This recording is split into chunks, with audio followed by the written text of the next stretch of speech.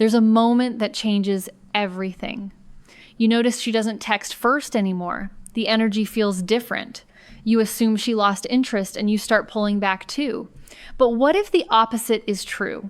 What if she wants you more than ever, but convinced herself you don't feel the same way?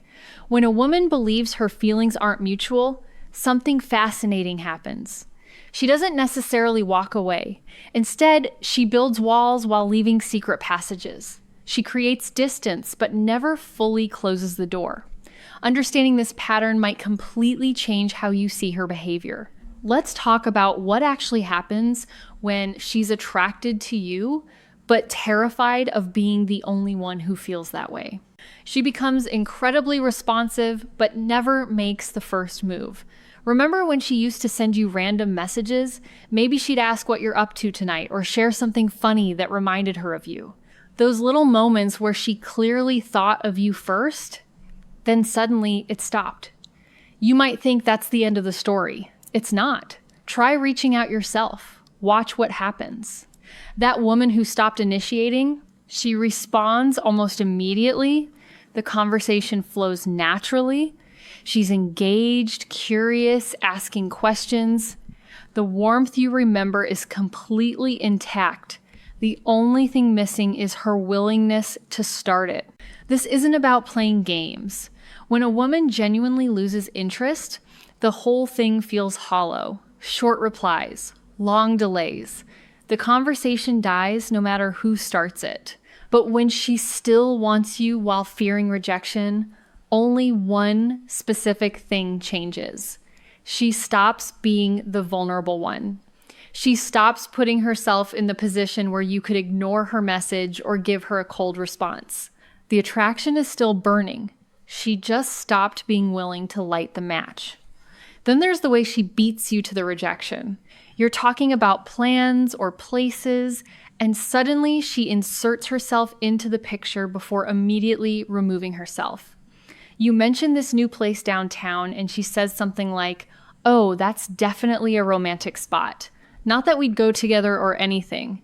Then she laughs it off and changes subjects. Pay attention to what just happened. She placed both of you in a romantic context. She let that image exist in the conversation for exactly 1 second. Then she destroyed it before you had to react. If she felt nothing, why mention the two of you together at all? She could have just said, "The place looks nice." But she didn't. She created a tiny doorway to something more, then slammed it shut while claiming it was never open. That's not indifference. That's protection. She's testing whether the idea of you and her sounds ridiculous or possible. By rejecting herself first, she never has to find out if you would have rejected her. The laugh afterwards isn't because she finds it funny, it's because she needs you to think she finds it funny. Watch how she includes you in plans. A woman who wants to see you but fears looking desperate has a brilliant solution. She buries the invitation inside something bigger. Instead of asking if you want to grab dinner, she mentions that she and some people might check out this place on Thursday and you're welcome to join. Maybe those other people exist. Maybe they don't. That's not what matters. What matters is the safety she just created. If you decline, she didn't ask you on a date. If you say yes, she still gets what she wanted, which is time with you. There's no risk because there's no clear ask. Women do this when we want an answer without turning the moment into a test. The group isn't necessarily real. Sometimes it's just emotional scaffolding. A way to be near you without admitting that being near you is the entire point. And then there's the friendship stamp. She puts it on everything. You make her laugh genuinely, there's a moment of real connection, and immediately she says, "You're such a good friend." You help her with something, and she thanks her amazing friend. The word appears constantly, especially right after moments that didn't feel particularly friendly. This seems like a clear message. Sometimes it is, but other times that word is doing something different. It's a label she's using to cover feelings that scare her. When she already believes you see her platonically, calling you a friend lets her stay close without the danger of wanting more. She's not describing the relationship she wants. She's describing the relationship she thinks is all you're offering. The word becomes a shield. It protects her from hoping for something she's convinced won't happen. She'd rather lock herself in the friend category than risk discovering you were about to lock her there anyway. Notice the timing. The word friend appears most often right after she felt something deeper. Here's where it gets really interesting.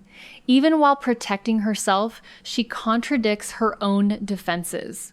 She shows up but immediately downplays why. You casually mention you'll be somewhere after work. Later, she appears. Before you can even acknowledge the coincidence, she's explaining. She was in the area already. She had to pick something up nearby. She had time to kill. The explanations come fast and unprompted. When a woman thinks her interest isn't returned, effort becomes embarrassing. She doesn't want you imagining she rearranged her schedule or went out of her way. That would expose her. So she scrubs the intention from her presence. But she still showed up. That's the part that matters. She still wanted to be where you are. She just needs you to believe it was accidental. She's not explaining why she came. She's explaining why you shouldn't think she came for you. The effort is hidden, but the desire to be near you is still strong enough to get her there. She also asks about your preferences in the strangest ways. Not directly. Never directly. Instead, she asks questions that sound theoretical. You're watching something and she asks if you'd ever date someone really different from you. A mutual friend mentions someone with a bold personality, and she asks if that's your type. She brings up age gaps or lifestyle differences, like she's just curious. But listen closely. She's not asking about other women. She's gathering information about whether someone like her could ever be what you want. When a woman fears she's not your type, direct questions feel too exposing. Hypotheticals feel safer. She can learn if you prefer outgoing or reserved, if certain qualities matter to you, if deal breakers exist that might include her, all without putting herself under the microscope. The conversation seems to be about someone else entirely. The comparison happening inside her head is deeply personal. She's building a map of your desires to see if she fits anywhere on it. Then watch what happens when she creates distance. She can't make your suggestion work, but an indifferent person just says no and moves on. She says she can't do Friday, but next weekend is better. She has to leave a conversation, but tells you to finish the story later. She declines one idea, but offers a different time without you even asking. Every retreat includes a return path. Her fear tells her to protect herself. Her attraction refuses to let the protection become permanent. She doesn't throw the door wide open, but she won't lock it either. She leaves it cracked just enough that the connection can continue. When a woman has genuinely moved on, she doesn't preserve future possibilities. She doesn't leave openings or suggest alternatives. She just exits. But when she still wants you, even her steps backward include a way forward. That future opening is everything. It separates fear from disinterest. She might reduce risk, but she keeps giving the connection room to grow. And then something shifts. This is the clearest signal of all because everything changes at once. You say something that makes your interest obvious. Maybe you admit you were hoping she'd be there. Maybe she discovers the woman she assumed you were seeing is actually your cousin. Maybe you make a comment that's impossible to misread. Watch her face. The armor drops immediately. The careful distance evaporates. The defensive jokes stop. She might even say something like, "Wait, I didn't think you were interested." And suddenly, the last few weeks or months make complete sense. The distance wasn't empty. The group invitations weren't casual. The self-deprecating jokes weren't proof she didn't care. She was behaving like someone who wanted you while trying to survive the fear that she was alone in that feeling. That single moment of clarity rearranges everything that came before it.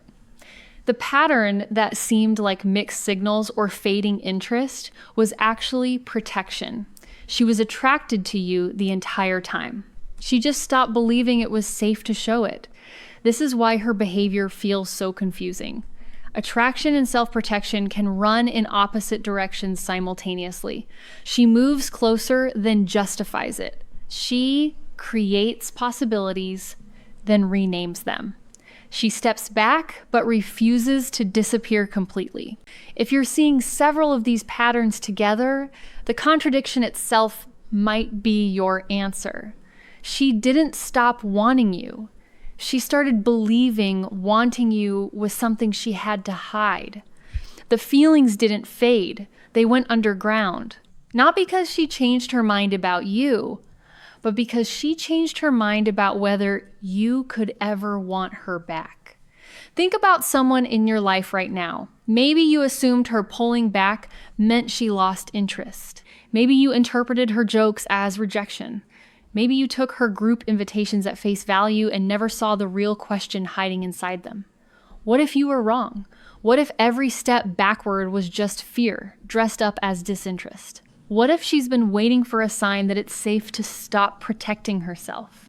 Sometimes the woman who seems the most distant is actually the one fighting hardest to stay close while guarding her heart.